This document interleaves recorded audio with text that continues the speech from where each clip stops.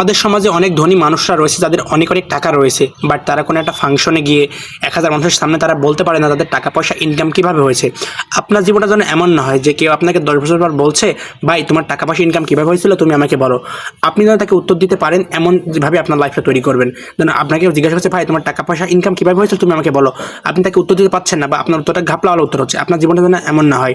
সবসময় সৎ উপায়ে মানুষকে কষ্ট না দিয়ে, মানুষ চিট না করে, প্রতারণা না করে, কোনো একটি স্ক্যাম না করে, খারাপ কোনো কিছু না করে, লিগ্যাল ওয়েতে সৎ উপায়ে আপনি আর্ন করবেন, যেন আপনি পরবর্তীতে মানুষকে বলতে পারেন যে আমি এইভাবে আর্ন করেছি, আমি এইভাবে বড়লোক হয়েছি।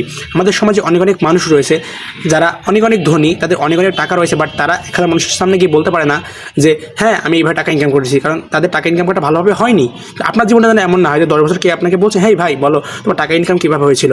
সো আপনি আপনার উত্তরটা যেন ঘাপলাল উত্তর না হয়, আপনি তাকে একটা সুন্দর একটা উত্তর দিতে পারেন। আপনি এমন নিজেকে দাঁড় করাবেন। সো কোনো একটা স্ক্যাম করে, কারোর সাথে চিট করে, কোনো একটা প্রতারণা করে, ফেক ব্যবসা সাজিয়ে ইললিগাল ওয়েতে আপনি আর্ন করবেন না। কখনো এমন করা যাবে না, কারণ আপনার জীবনে যেন এমনভাবে তৈরি না হয় যে কি আপনাকে 10 বছর বলছে, হ্যাঁ ভাই তোমার টাকা পয়সা কীভাবে হয়েছিল, আপনি তাকে উত্তর দিতে পারছেন না বা আপনার উত্তরটা ঘাপলার উত্তর হলো।